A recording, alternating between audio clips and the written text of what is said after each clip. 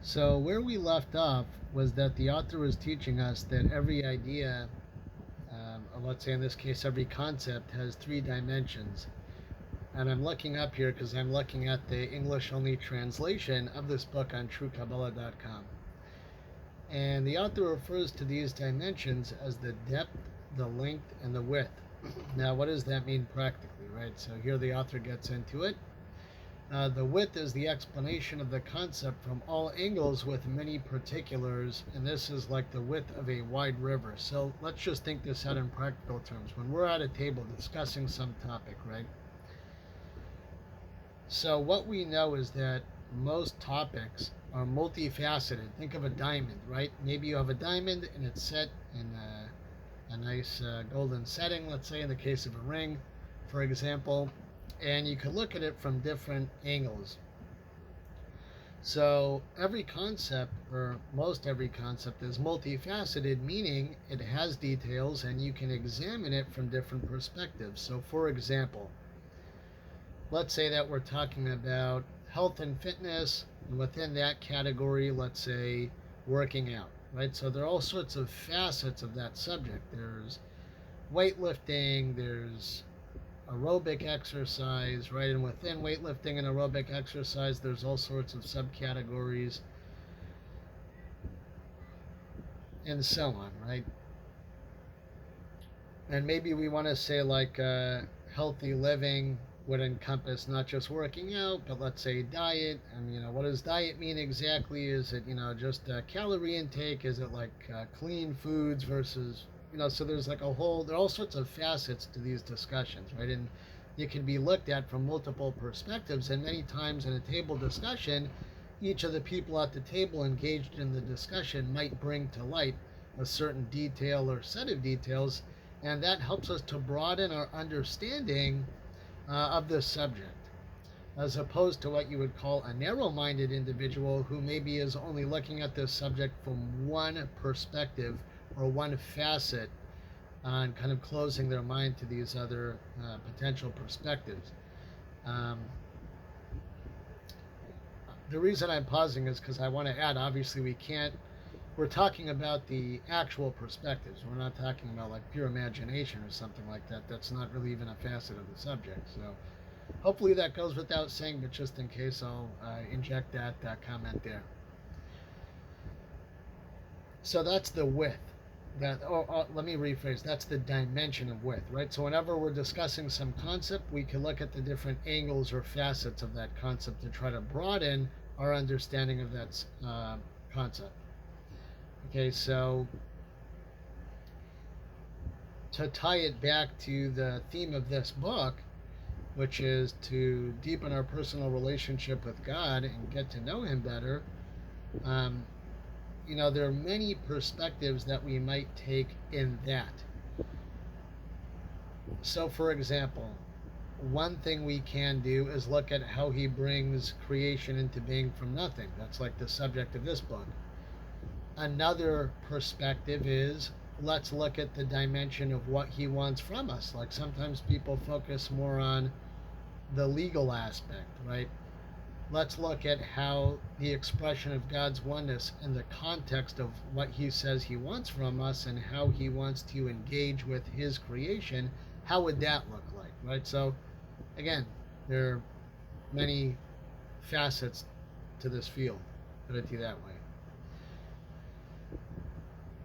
And just in general in life, we're also learning real life lessons, just speaking practically, to kind of see the value in considering alternate ways of viewing things or perspectives, to be broad minded versus narrow minded.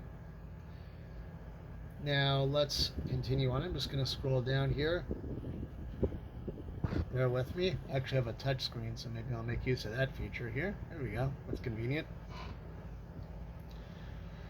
The length of a concept is the tremendous descent of the concept to invest it into various different analogies so that it may even be brought within the reach of a small child. So there's a lot to unpack here. Let's think about this practically. Have you ever heard someone say, well, let me bring it down for you, right? What do people mean when they speak of bringing down a concept. Usually we think of up and down spatially, like right now my hand is up, now my hand is down, right?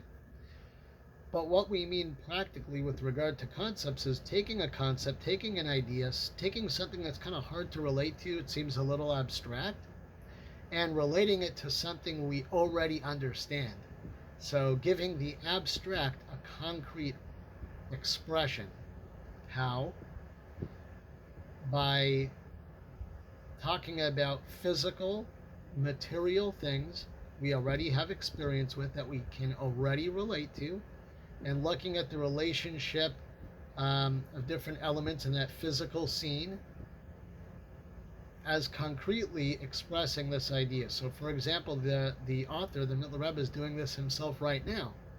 He's speaking to us about the different dimensions of understanding of a concept in terms that we can relate to, like the dimensions of a river, right? So if you have like a river that's very broad versus very narrow, that those dimensions of something physical that we've seen before, that we've experienced before in some way, are now being used to concretely express these abstracts, these ideas, abstractions, sorry.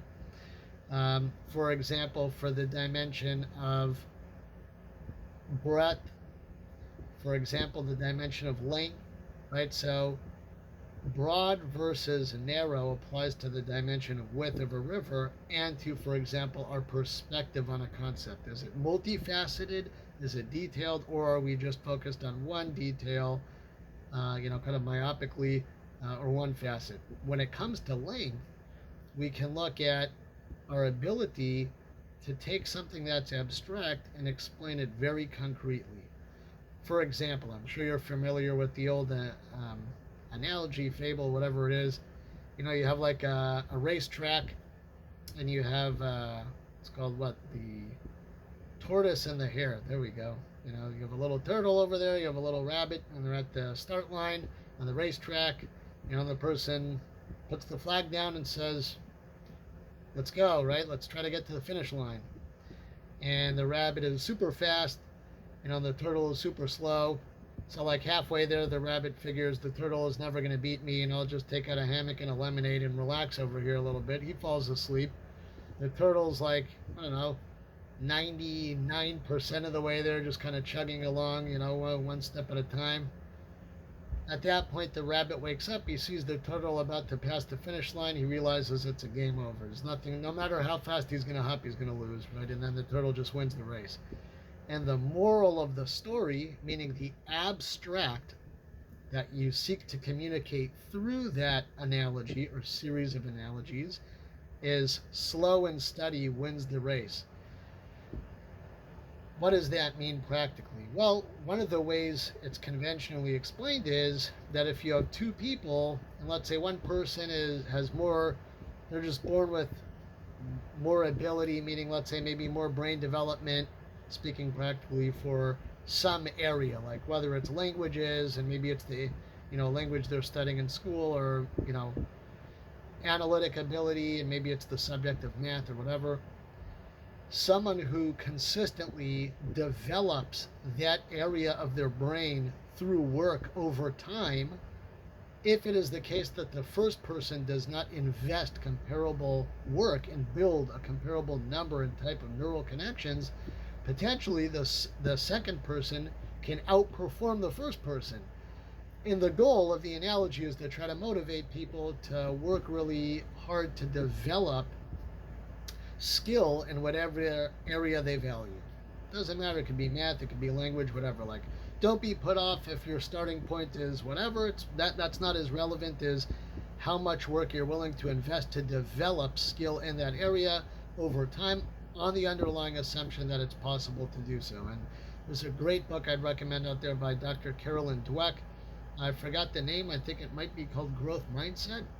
I heard about it originally on a YouTube from Tom Bilyeu, who I think is either the owner or the CEO, or maybe both, of Impact Theory and also of Quest Nutrition, if you remember those Quest bars. So I would highly recommend that book. It's really amazing. In any event, you don't have to use a rabbit, a turtle, a racetrack. You could, for example, use, I don't know, two companies are competing for market share, and they're both in technology. And one is like a well known established company, and the other is like a new startup. And I beg your pardon, sometimes in the background someone's calling me, so I'm occasionally moving my thumb over, just denying the call. So, for example, let's say that you have the case that the someone in the well-established company comes over, they run into the office, and they say, "Look, there's this new startup. They're taking market share away. You know, we're losing, right? They have an open source operating system. Ours is paid for. Theirs is more secure than ours. Theirs is faster than ours." And they say, "Get out of my office. I don't have time for this. We're the leader. We own 90% of market share in the operating system space. We are the king of operating systems. No one can take us down," right? But then unfortunately, that startup starts working harder, working smarter, working more secure. In other words, they're really responding to customer feedback and demand. And eventually, they take the majority of the market share away from the former king of the castle, who now like is in some trouble, right? So you could kind of take the same abstract, take the same point, which is all things being equal. If you've got current state and you've got working to develop skill at that thing, whatever that thing is, whether it's winning a race, whether it's like dominating the market for selling operating systems to people with home computers or whatever, that process of really working to develop skill in that area, all things being equal, could overcome that initial state or advantage that other person or that other business might have, right? So I think it's really interesting because what we find is that the analogy that we use, the way that the author um, describes analogies is kind of like the analogy of clothing. Like I have a shirt here, I could swap this shirt out for no shirt, for a different shirt, right? It's arbitrary. Of course, a shirt has to fit certain criteria, right? I can't try to wear my pants on my upper body, it would be ridiculous, right? So in a similar fashion, I can't say, let me give you an analogy that's really good for all things being equal, like developing skill over time can overcome initial state. The analogy is a pile of rocks in a bucket. Well, obviously, that's not an appropriate analogy, right? You have to have certain minimum criteria. But as long as you're able to come up with a set of physical things people could relate to, and the relationship between them could be designed by you to demonstrate this idea, then within that basic set of requirements, it's arbitrary, right? So all of these analogies and explanations help to bring down an abstraction. Like if you just walk into the class and say, "Class, I'm going to save you time. The point of today's class is all things being equal. Really working at something and developing skill can outdo someone who maybe starts off gifted or maybe starts off with an advantage in some business." They'll be like, "Well, what are you talking about, right?" So the purpose, the utility, the function of analogy and explanation is to concretely express the abstract. And yeah, I'm looking here. When it says to the reach of a small child, it could just be some beginner in some subject, right? We don't necessarily mean physically someone who's a little, 3-year-old, 5-year-old, whatever.